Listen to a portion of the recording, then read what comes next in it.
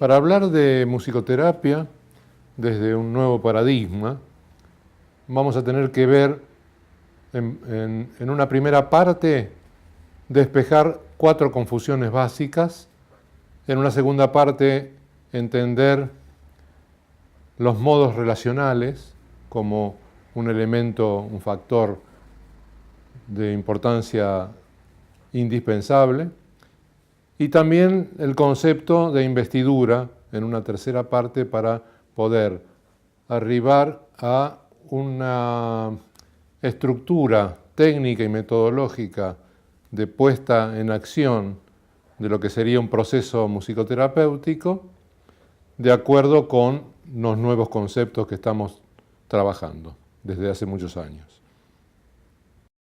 La primera confusión grande está relacionada con la subordinación de la disciplina a otras disciplinas. Y esto se ve manifiestamente en todo lo que significa la dependencia de las carreras de musicoterapia, de las carreras de medicina o de psicología, e incluso en algunos países de conservatorios. Esto ha traído innumerables consecuencias en cuanto a la jerarquización de nuestra disciplina y también en las consecuencias para el paciente, donde el musicoterapeuta no es el que asume la responsabilidad de la cura, sino que es un mero técnico aplicador de indicaciones de otros profesionales. Despejada esta primera confusión, entramos en confusiones que tienen que ver con lo conceptual. Las herramientas del musicoterapeuta, que son la voz, el sonido, la música, los instrumentos musicales e incluso el silencio, han sido atribuidas desde el primer momento con características terapéuticas en sí mismas. Por eso la proliferación de elementos, cuencos, efectos, situaciones atribuidas a la música o al entorno musical directamente, pensando que en sí mismos estos elementos podían convertirse en terapéuticos. No hubo nunca un cuestionamiento serio a esta naturalización, y entonces, bueno, han proliferado desde los cuencos tibetanos hasta los efectos Mozart o cualquier otro elemento supuestamente sanador que contenían estas herramientas. Vincular esto con cualquier otra disciplina de la salud y pensar que la herramienta en sí misma va a producir un proceso terapéutico o un efecto terapéutico es lo mismo que pensar que el bisturí del cirujano es el que opera. Despejada esta otra confusión, entramos en la segunda gran confusión, que tiene ya más que ver con un elemento casi naturalizado, como sería el hecho de que hacer música, escuchar música, compartir la música o los instrumentos musicales, producen un placer, una gratificación, una sensación de bienestar. Esto es así, pero podía ser con cualquier otro elemento significativo de nuestra vida cotidiana, como nadar, jugar al tenis, hacer otro arte o lo que sea. El problema es que esa gratificación o ese placer o ese goce se ligó directamente al hecho de la curación. Entonces, ¿qué pasa? Si un paciente está contento, por el hecho de estar más contento, eso sería un parámetro de salud. Ya sabemos que la mayor parte de las disciplinas de la salud en sus maniobras tendientes a la curación, lo que menos son placenteras. Entonces, ligar el placer, el goce o la gratificación a la curación en sí misma y condicionar esa situación con la curación ha sido otra de las confusiones básicas y gran parte de las metodologías y técnicas habidas y por haber en musicoterapia y avaladas por distintas entidades académicas, profesionales y eventos, dan cuenta de esta confusión básica, digamos.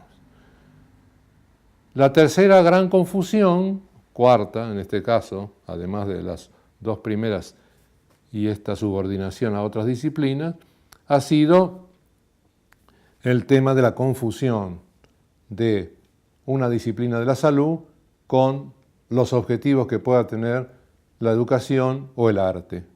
Entonces, ¿qué quiere decir esto? Si un paciente aprende a tocar un instrumento, está mejor. O si un paciente es más creativo con los sonidos, con la música, está mejor. Ya sabemos que estas situaciones son objetivos que tienen que ver o con el arte, la creatividad, o con la pedagogía, el aprendizaje, no con la salud. O sea, son parámetros que de ninguna manera pueden dar cuenta de una mejoría respecto de la problemática que motiva la consulta del paciente.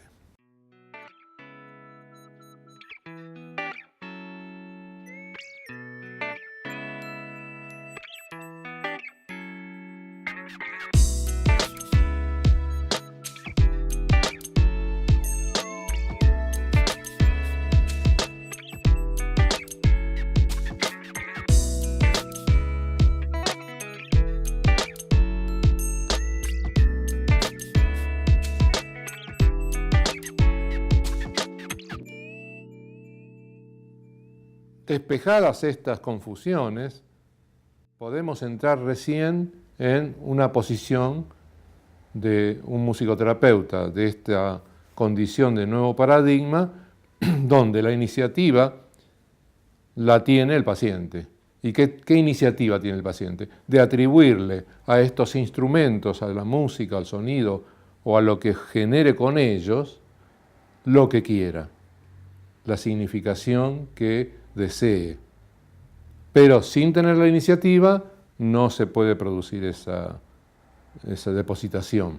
Una vez puesta en marcha estas iniciativas, nuestra función como musicoterapeutas se concentra, digamos, en el análisis de los modos de relación que ese paciente establece con los objetos y a través de los objetos con nosotros.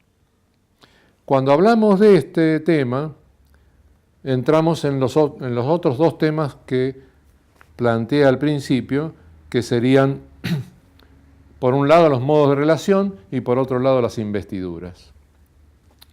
En cuanto a los modos de relación, hemos investigado desde hace muchos años el hecho de que estos modos relacionales se derivan directamente de los tres instintos básicos del ser humano, derivados en pulsiones y por último en modos de relación con el mundo. Los que hemos detectado y sintetizado en un modo de agresión, otro modo de potencia y otro modo de seducción. Estos tres modos básicos tienen distintos objetivos, pero son los que de alguna manera generan los engramas relacionales con los cuales nos intercomunicamos con el resto del mundo y con los objetos. El modo de relación agresión está centrado como objetivo en la transformación de la realidad de acuerdo con lo que uno necesita. El modo de potencia está centrado en el reconocimiento de la propia capacidad, las propias capacidades, y el reconocimiento también de esas capacidades por parte de los otros. Y el modo seducción está centrado en el hecho de ser objeto del amor de otro. Hasta ahí, esto nos permitiría entender tanto cómo están afectados estos modos de relación con la problemática motivo de consulta y también cuántos de estos modos de relación de ese sujeto no están afectados por la patología o por la enfermedad. Con lo cual poder trabajar desde los dos planos, tanto desde lo sintomático como desde lo sano. Para realizar todo esto nos falta el último paso, que tiene que ver con la concepción de poner la importancia de la investidura del objeto en primer plano también. O sea, todos sabemos que los objetos, para ser significativos, tienen que tener depositados en ellos afectos, historias, relaciones, todas situaciones significativas para la persona que permiten que ese objeto salga del continuo de indiferencia del mundo y entre en un terreno donde es el yo el que se prolonga a través de esos objetos investidos. Esta prolongación del yo es un elemento que permite, o un indicador que permite entender cuál es la intensidad del afecto depositado en un objeto o en una persona.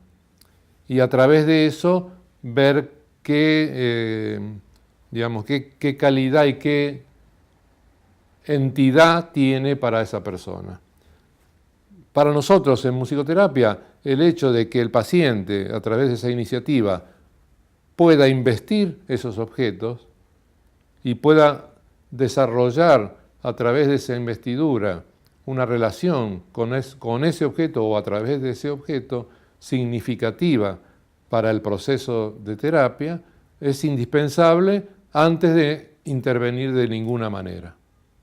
Esto nos pone a 180 grados del resto de nuestros colegas, porque, bueno, la posición directiva, la posición inductora, la posición cognitivo-conductual, las posiciones donde el paciente es invadido con consignas, con propuestas, con decisiones que no toma él, sino que las toma el musicoterapeuta, o centrado en el hecho de los efectos que pueda producir una herramienta de las que tenemos.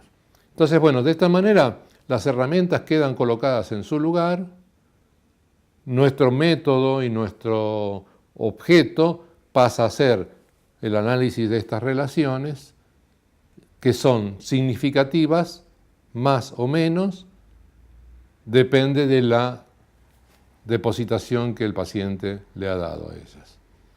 Me parece que esto, desde un punto de vista obvio, es simple, pero nos ha llevado a tener que repensar incluso nuestra formación en cuanto a analizar primero nuestros modos de relación antes de poder intentar saber cómo son los modos de relación del otro. Para ello, bueno, a diferencia de todas las otras carreras que dependen de medicina, de psicología o del conservatorio, una carrera nueva como la de Maimónides, dependiendo de la Facultad de Ciencias de la Salud, ha permitido que nos entremos directamente a,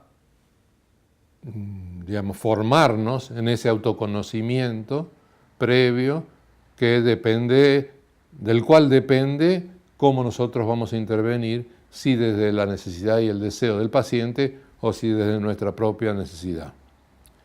Para ello, dentro de la misma carrera de grado, hemos incorporado 90 laboratorios para esa formación, para que el graduado llegue a ese punto de comienzo de una nueva etapa, sabiendo todo lo que tiene que hacer. No tiene que aprender nada en ese sentido para poder atender un paciente, pero sí tiene que aprender después a atenderlo, que sería parte de los programas de residencia y de formación con otros profesionales que tengan más antigüedad. Creo que esto define sintéticamente nuestra posición para esta musicoterapia que nosotros consideramos del nuevo paradigma.